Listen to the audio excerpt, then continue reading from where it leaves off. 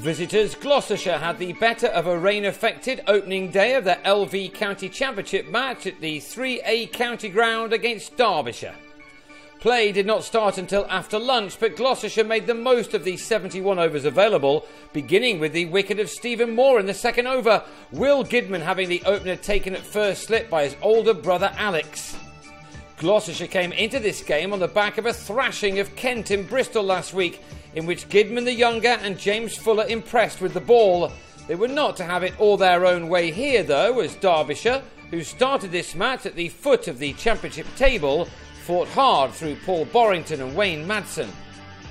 Gloucestershire had won the toss and inserted in the hope of exploiting the conditions, and Liam Norwell certainly did that, finding plenty of bounce to hit a player as good as Madsen on the helmet. The visitors, like a few teams this summer, were missing a number of their bowlers through injury, which gave Norwell his first start of the championship summer. Medium pacer Benny Howell also had to get through a number of overs, and that may have pleased the home team, for whom Borrington and Madsen started to develop a solid partnership after the very early loss of Moore. For once, Will Gidman didn't always put the ball just where he wanted it, and that allowed Madsen to drive pleasantly to begin to put his side into a good place. It was largely tough going, however, as these two batsmen spent 35 overs together in amassing their 77-run partnership. It was ended not by a devilish delivery, but by a run-out. How Borrington would have wished that he'd settled for 2 runs.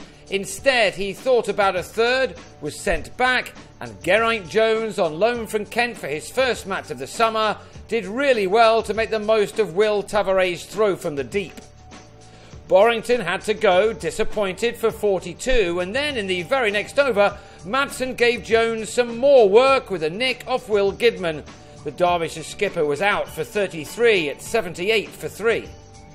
It was that kind of day for Derbyshire, with a number of their batsmen getting a start but not making the most of it.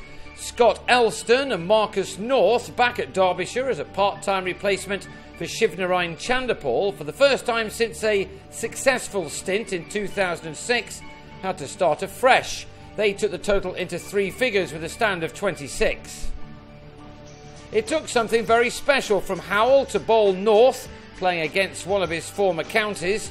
He was out for 11.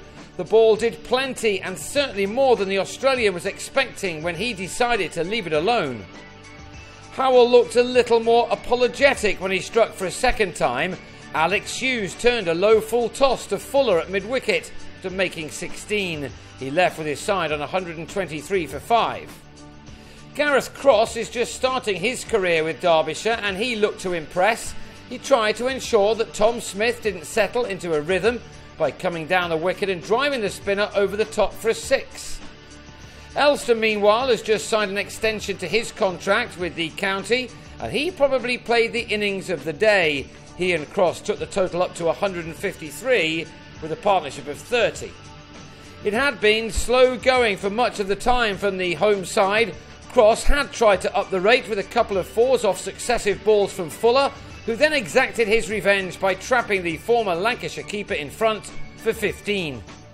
Elston and David Wainwright then saw out the final half an hour, with the former moving on to 36 by the close, but it's Gloucestershire who will be the happier of the two teams going into day 2, as they've reduced their host to 166 for 6 from 71 overs, Gidman and Howell the pick of their attack.